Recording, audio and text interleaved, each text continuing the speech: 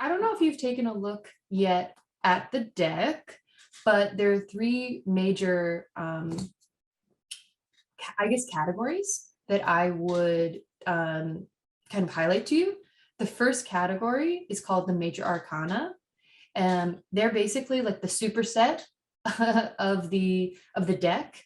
It's numbered from 0 to 22, and it basically follows what one might call like the fool's journey from starting out and trying something else, trying something completely new, to becoming like the master of a particular journey.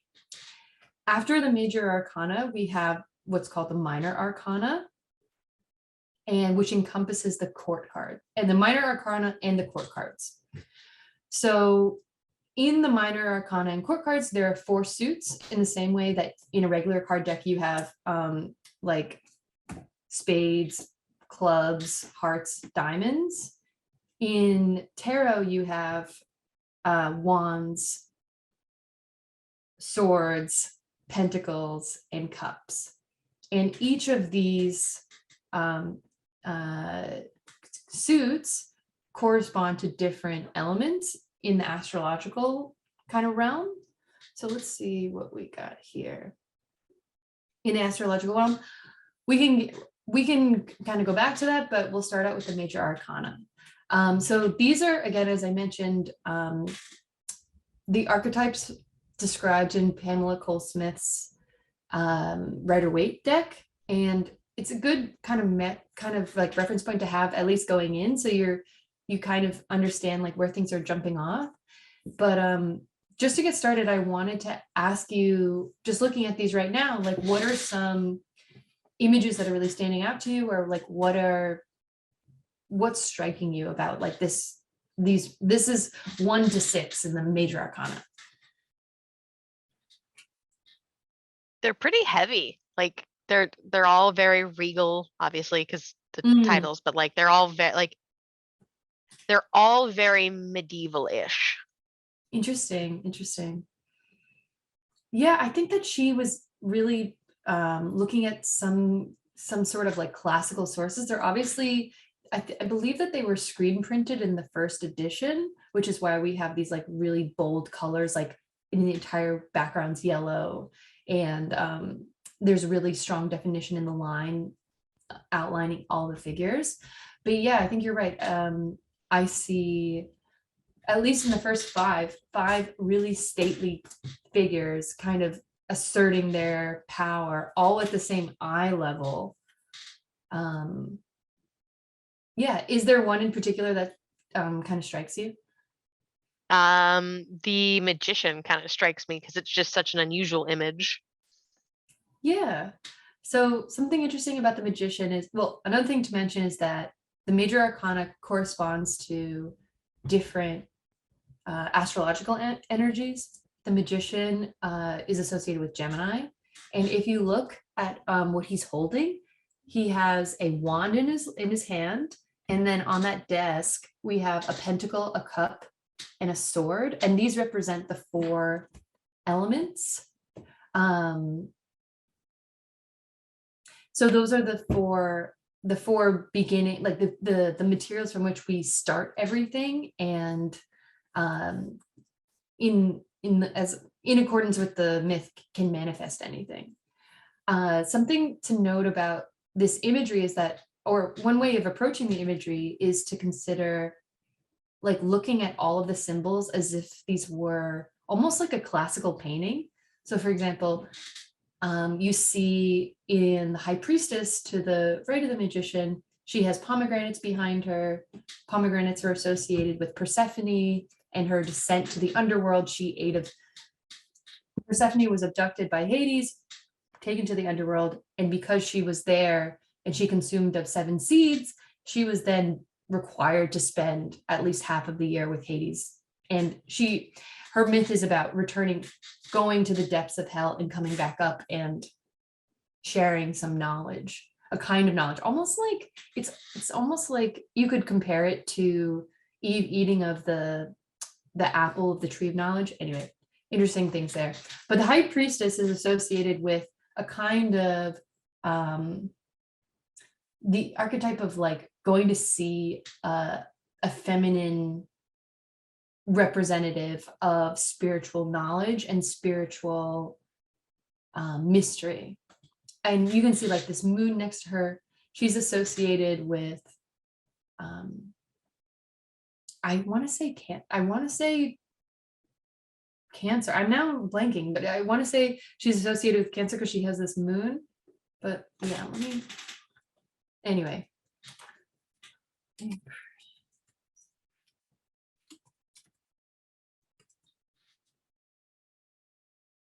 It is Cancer. Okay, good. I just want to double check that. So we got the Magician doing some interesting stuff. What do you notice about the Empress? I see the stars in her halo and like how she's a very feminine figure because you have like the female symbol a little bit in her dress as well as next to her in her heart. Yeah, I'm looking at those flowers on her dress. They're really beautiful. And then, yes, so the heart is contained by the symbol of Venus. So Empress is associated with Venus and Taurus. The Empress and the Emperor are considered to be, again, because the deck is based on archetypes and not necessarily, let's say, they're not like a contemporary notion of gender. I have this really interesting deck called the Modern Witch Tarot, which I'll show you real fast, where literally everyone in the deck is feminine and there's actually no masculine figures whatsoever. It's kind of amazing. But in this, oh, like for example, this is the Magician. If you can see. Nice. I know, it's like so badass. I really love it.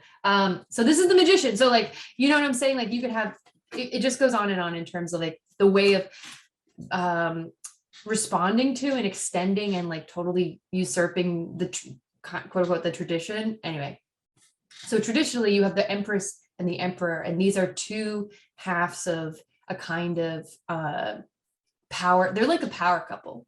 They're the highest manifestation of what it is to be, let's say, royal. The Empress is ruled by Venus and the Emperor is ruled by Mars. And again, it kind of ties back to astrology where they look at each other and they're in this, they're considered to be I don't know, a kind of perfect couple, not a perfect couple, but like they complement each other in ways where the Emperor represents a kind of initiation, masculinity, and, you know, stateliness. The Empress represents the power to attract and perceive and receive. So those that's kind of like the archetype of these two energies. And of course, it's not to say that the Empress is definitively feminine in that. I mean, I would say that we all incorporate and have some elements of both.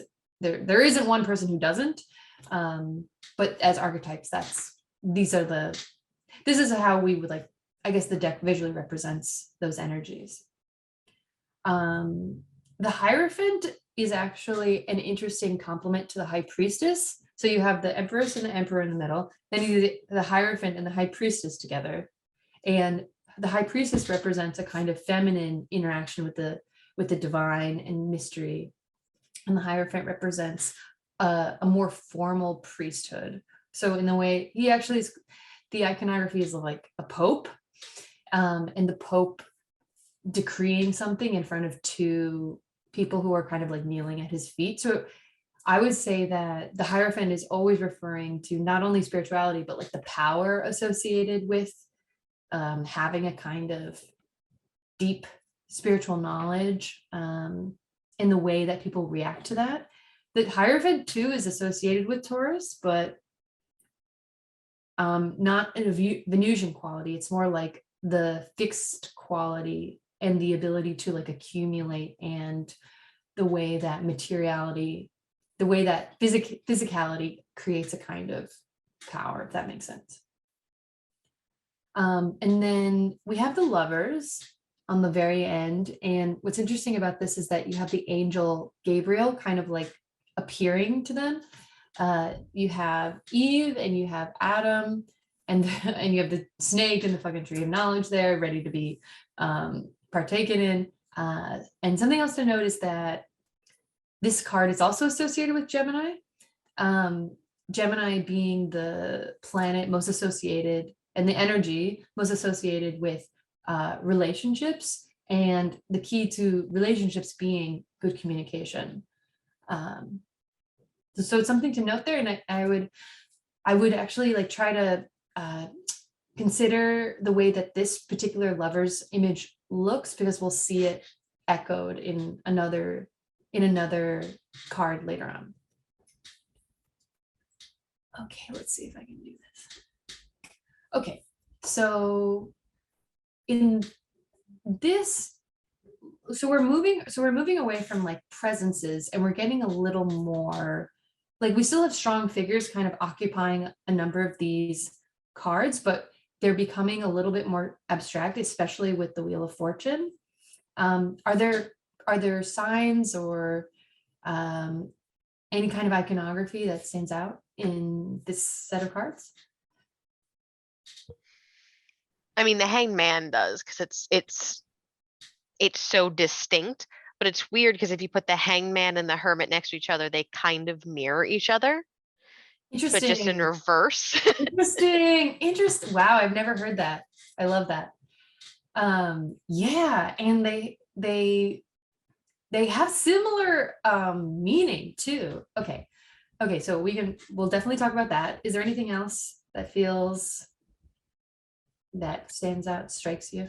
The Wheel of Fortune, largely just because it is so out of the box in comparison to everything else we've seen so far. Yeah. Like, it makes no sense if you put it in it. It makes sense because it's the whole deck, but like, Yeah. it doesn't make visual sense to include it with everything else that has been included so far. Interesting. Okay, cool. Okay, so we'll just talk about it because we have jumping off points. So what's interesting about the Hermit and the Hanged Man is that those two cards are perhaps some of them. So we saw the High Priestess and the Hierophant, and now, which are ways of participating in spirituality.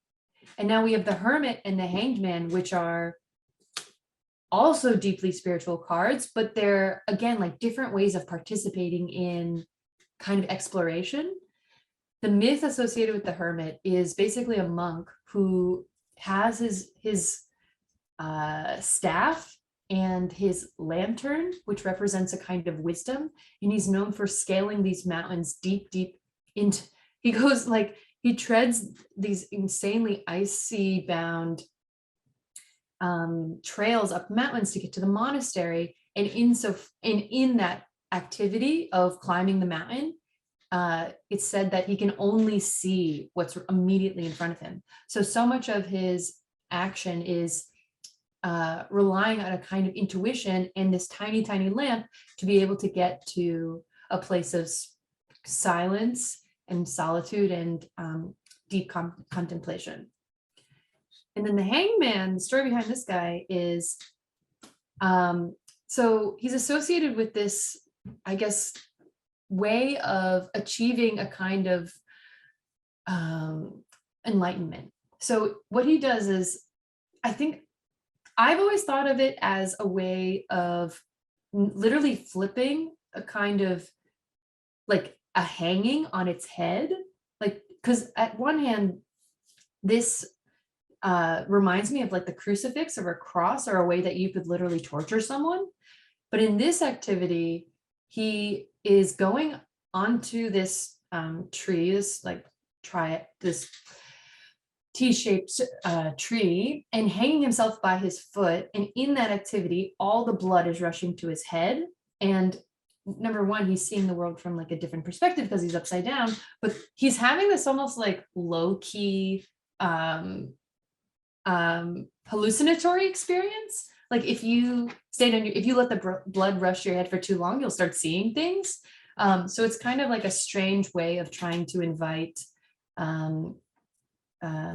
new perspective, physically and psychologically. The Hanged Man is associated with Pisces, and Pisces is known for doing, I mean, if you ever hang out with a Pisces, they're like the first ones who want to tell you to do psychedelic drugs with you, or like smoke pot with you, or any number, or dance naked in the woods with you. Like that's what I would always associate with this card. Of it feels somewhat playful, and it feels like spirited, and but it also has this like strange undertone of torture and pain, or self-imposed pain. I don't know. I'll also, so just to describe, so something else that I notice about the Chariot and the Strength card is that some of the cards have very distinct backgrounds. And when you see like the yellow background, yellow is a color associated with enlightenment. So the Chariot and Strength, in contrast to like the Hangman or the Hermit, are ones of feeling kind of like in alignment and in like kind of spiritual, you're operating in your conscious mind as opposed to like your unconscious mind, like the hermit going deep into himself, or the Hangman changing the way that you see the world. So that's something I note kind of that you could apply to other cards as well, is the yellow as being a kind of openness. But anyway, the Chariot is literally associated with the energy of momentum and moving forward, and having the ability to kind of go after your dreams and goals in a straightforward way. It's associated with the card of or the sign of Cancer. You see these moons on his armor, and yeah, I don't know. This is, if you could find out, if you do the numerology of your birthday, you can find out, if you reduce it, you can find out what that number is by like taking the month, the day, and the year, adding all the numbers up, and then reducing them once you like add them together. And I mentioned that only because the Chariot is one of my cards. Nice. My friend did the math for me. So Oh, do you know what it is? yes, it's the Emperor. It's Aries again. Aries again. Wow. Yeah, she's like, it's both of your cards, because I wanted to show her the pictures in my deck, and she was like, she just fell into that like numerology rabbit hole for a second. She's like, well, good news, your number's the same, and it's the Emperor. It's like, okay. Wow. Wow. I feel like that's when you get repetitions like that, it's like an exclamation point. It's like, unless you didn't know, in case you didn't know, you got to be the Emperor. That's what you're doing. Wow, that's really validating.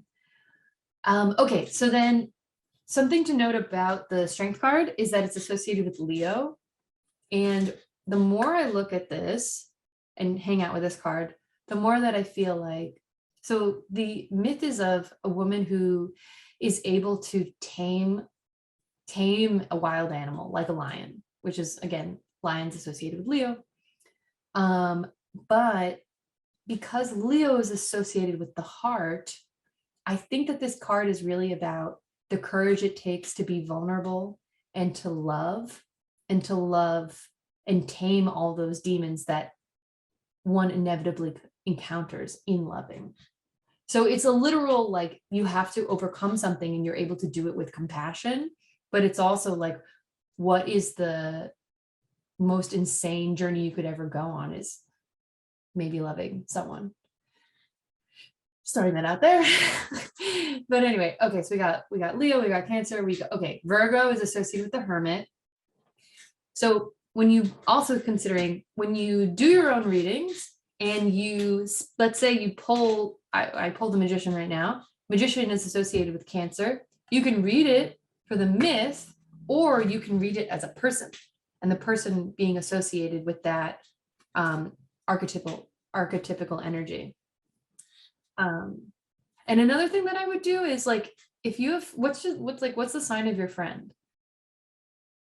She is a Scorpio, and I know she has 2 different cards because we did those. Oh shoot. Okay, so she's the Death card, and well, she has 2 cards. She is the Hierophant and the Empress. Yes. Really? Wow. Okay, cool. Well, okay. So those are her numerology cards. Yes. Right. So I think that's beautiful, and she should definitely use that. But like, let's say you were doing the reading and you may or may not know that, or you're doing reading with her and you already associate that with her. Yeah, I would just think about that as how you kind of understand the scene, because it could be, for example, she's showing up in your reading. You know what I mean? Mhm. So anyway, Nice. yeah. It makes sense. It makes sense. It makes sense. It's okay. So the Wheel of Fortune is is a wild card, but it is like, it's the wild card. See what I did there? Sorry. The Wheel of Fortune is associated with the fixed signs. So what we have imagery wise is actually Aquarius. This is the Phoenix rising from the ashes, which is Scorpio. This is Taurus with wings, and this is Leo. So all of these energies are quote unquote fixed. I don't know. Did we go over cardinal, mutable, and fixed? We have, yes. Okay. So fixed just means it's the part of the season that's like maintaining itself. And what's interesting is that it's contrasted with the energy of like literally a wheel constantly turning, and it's kind of like this contrast of the best laid plans always being subject to a state of fate and chance, and new energy coming in and changing what you had already perceived of as quite stable. Another thing to consider is that the numerology is of 10. Even though this entire Major Arcana goes to 22, 10 is a moment of like completion, and like it's kind of like a micro ending. It's not a micro, it's like a culmination. It was a culmination that implies, in this case, a sense of forward momentum and things always moving forward and change. So justice, clear-eyed justice, is associated with Libra. I always think of this, I mean, in one hand, she's holding the scales. On the other hand, she's holding the sword representing truth, and the scales representing a kind of karmic balance. I think about how truth, like in these, because Libra art also is associated with relationships. So it's thinking about the two things that you need to kind of be mindful of in a relationship: truth and a kind of balance, and also a sense of seeing things from the other person's perspective and being, let's say, non-judgmental. And it's a kind of an interesting energy to govern relationships because it's quite unemotional. You see, I mean, there isn't a lot of emotion being expressed here, but especially in justice, you'll see with like the Queen of Swords, there's like a lot of similarity where she feels almost like removed, but perhaps in a good way that implies a sense of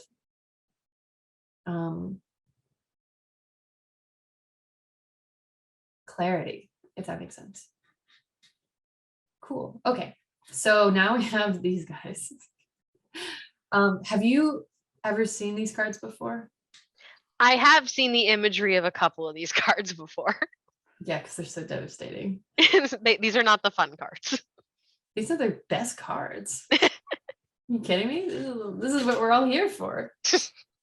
Do you want to start out by saying the parts that are kind of you're responding to? I'm responding to Temperance because it's the only card that I've never truly seen in its own right. Right? But the Devil is definitely just a mirror of the Lovers visually. Sure. It's just like the evil version, but not evil. But it is pretty cool to see them like all lined up like that. I know, right? It's just such a strange, what a chapter. You know what I mean? We had two pretty like solid chapters. And now we're here. Yeah. Something kind of interesting and odd happened in mid-September Jill actually like called me and she said, I pulled the tower from myself 3 times. I was like, girl. And it was very odd because I told her what I thought about the tower, but within like maybe a week or two, both of us experienced what are called tower moments. And a tower moment is when lightning strikes your freaking tower and you fall out of it. It's kind of the shorthand for, you know, if there's something, it could be totally you're not paying attention to it because you didn't think there was anything wrong, but it could also be a moment where you're sleepwalking through life a little bit and life kind of makes a decision for you and pushes you into the next kind of karmic direction that your life is going. The tower card, I know you were talking about temperance, but the tower card, They're all interesting as hell. So. They're all there. They're all interesting. Yeah. So the tower card is associated with Uranus. Uranus is in Taurus right now. So if you were to look at your astrological chart, you'd say, okay, where is the part of my chart that Uranus is hanging out right now? Because that's probably where I'm going to experience a kind of tower energy. The tower card is also, so it's associated with Uranus. And in this way, it is connected to Aquarius being a sign of, you know, sudden revelation, electricity, curiosity, intellectual, like inspiration. So I don't know. I think that there's always a kind of peace I have with the tower because I don't think that you could do otherwise. These sorts of sudden shifts are almost necessary because they push you into the more right direction, if you will, even if that means this relationship wasn't good, this job wasn't good, whatever it needed to happen. Death is a card that is associated with Scorpio and the 8th house. And what's interesting about the imagery is that there's this figure of a skeleton in a night suit holding what is pentacle like. I actually don't know what that exact imagery is of. It looks like a flower to me, but I know something that's interesting is that it's 5-pointed. You have a priest there, you have these children there having died of what I think is the plague. And they're trying to reason with death, even the priest, even the one who has been advising and counseling people on how to handle life's difficulties for, I mean, ideally like his entire career, still has this moment of like, I can't bear this, and nor do I want to. Also, I'll note that there's like a sun in the back. There's a sun in the back in death and in temperance. They're so similar. I'm actually just seeing this for the first time. So there's like this sense of like optimism waiting in the distance that we aren't with quite yet, but we know is there. That's something that I would stress with death, is that with every death, and in many cases, the death that we experience is more like an ego death. Sometimes it refers to an actual death, but a lot of times it's like the letting go of an idea or a custom or an identity or a job or a relationship that then allows us to heal. And that's what temperance is about. Temperance is associated with Sagittarius. And this is interesting too, because this is actually the exact astrological wheel. You have Scorpio, Sagittarius, Devil is Capricorn, Tower is Aquarius. But in temperance, this card is associated, I don't know, I couldn't say why, but often when I read interpretations of temperance card, this is actually a figure of an angel who is a hermaphrodite. And I couldn't tell you why.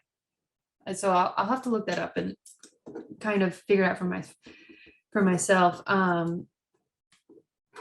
But the imagery is intended to be associated with the balancing of inner and outer, the balancing of a kind of gender, the balancing of initiation and reception. And you see this, the pouring of water from one cup to the other in a kind of implying this kind of eternal flow that's going between the two options, for example. You also see the foot, the 2 feet, one's in the water, one's on land. Again, referring to this imagery of I'm in one world, I'm on earth and I'm in the sea, I'm in one place and another, and the kind of integration and healing that implies. Another thing to consider now that we're in Sagittarius season still is that the optimism of Sagittarius is its own form of healing. To believe that there could be something else, someone else, another place, something that feels like love, that's a kind of healing, a kind of healing activity. It's interesting that the term, I'm just thinking out loud, is temperance and not healing. But I would also say that you could kind of follow this thread of the lack of a addictive element. Like if you think about temperance in the form of abstaining from alcohol or abstaining from drugs in some way, it has this association of like freedom from like literal addiction. Okay, so we got the devil. This is actually my card. So the devil is, as you mentioned, it's associated with the imagery is inverted from the lovers, and we have Adam and Eve here hanging out with the devil in like hilariously like imposing presence contra the angel we saw in the lovers card. But something to note is that this is so often associated with the kind of addictive quality and self-defeating qualities that we impose on ourselves. When we see the chains around their necks, there's this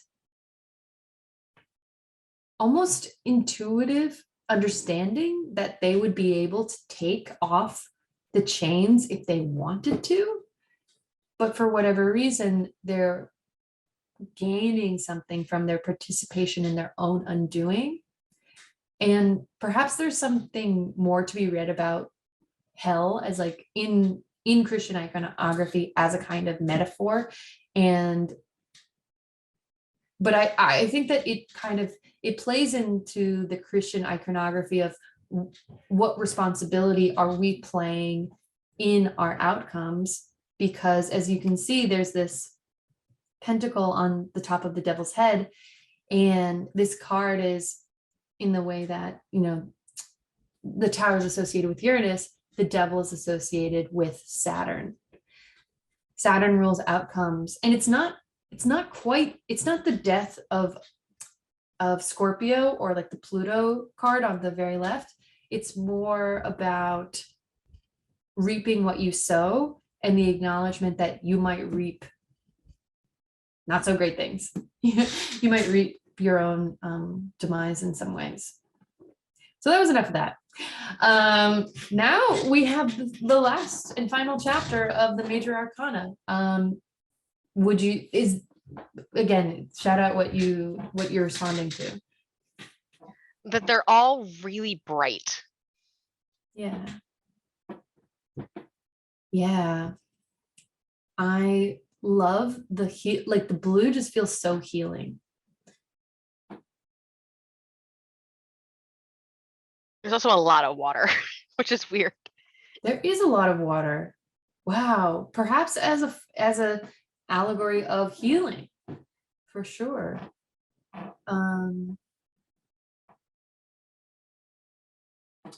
Okie dokie. So we have the star, the moon, the sun. So those kind of are speaking to each other in a kind of small story. The star is actually associated with Aquarius as well, the moon with Pisces, and the sun with Leo.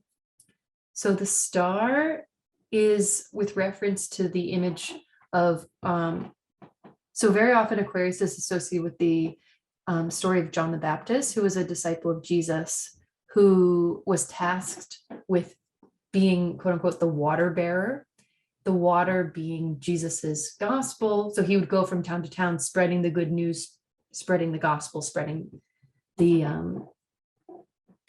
good word. And so Aquariuses are always, they're called the water bearer because they always have something quite beautiful to share. And if you ever hang out with Aquariuses, they have a vision for humanity. They are fed up with the status quo and they want change. And they have this kind of eternal rooting of the underdog and the impossible, because almost like a Sagittarius, they have this uncanny ability to tap into the universe and pull out these new ways of being, almost like wishing on a star. I love the star. The star might be my favorite card, although it's always, to me, feels like the thing that you may or may not want to admit to yourself that you really want. It's a story of hope and aspiration and dreams. But to get there, what's interesting is that you have the moon, you have to go through this like moon phase. The moon, so in this image of the moon is actually an eclipse. So you have the sun with the rays on the outside, and then the moon coming in and eclipsing it. So you're having a difficult, you're having an insane like astrological event where those are always like fated events, because eclipses are associated with the North Node, and the North Node, as we mentioned, represents the collective destiny and one's destiny in life and where we're going. But something that is always mentioned when analyzing the moon is that if you were to actually try to walk through between these two towers up this path, you'd have to navigate around a scorpion, you'd have to navigate around these dogs barking and howling and kind of like creating what feels like a difficult environment. And you'd have to walk without being able to quite see that well, because even though normally you'd have the moon's radiance to be able to show you the way, in this particular situation, like it's not possible. So I would always think about, if you pull the moon card, consider the ways in which you need to rely on your intuition and your kind of your extrasensory perception to be able to meet your destination. And then the next day, of course, we have the sun. And the sun is associated with children, with fulfillment, with joy, with beauty, and a kind of inner optimism that you knew, even though there were perhaps clouds blocking the sun, or you encountered some difficulties and setbacks considerably. I mean, we had all of that. We had that entire crazy chapter just before. The sun in this way is a true reminder of of what it means to never give up and to relish in a kind of joy that just feels totally unburdened. Okay, so I'm so curious to learn more about your deck, because I know that I've just been speaking so much about Christian imagery, but the Judgment card is this notion of having died and then being called, and then being awakened from one's grave and called to heaven in some ways. So you could when you pull this card, think about the ways in which you have died. You have had some difficulty in life, and what is it that's calling you towards something? Because this is like the last chapter. This is like the final call, or maybe even like a celebration of all that you've accomplished before basically being able to move onto the last phase, which is the world. And in the world card, it's interestingly, it kind of mirrors both the magician, which with the wand, although this figure has two wands, and it mirrors the Wheel of Fortune, because in the Wheel of Fortune you have, again, excuse me, you have the fixed sign figures. You have on the top left Aquarius, on the right Scorpio, the bottom left Taurus, and on the right Leo. So again, it's like having gone from the very beginning to now, the world card, it's very often associated with a kind of mastery, completion, graduation, and the ability to really acknowledge how far you've come and prepare yourself for the next thing, because endings obviously imply a kind of culmination and the readying to prepare yourself for the next journey. So I know we took a long time to look at the major arcana, but these themes are echoed in the minor arcana cards. So we'll do our best to chat about, to understand the different decks and then the different archetypes within.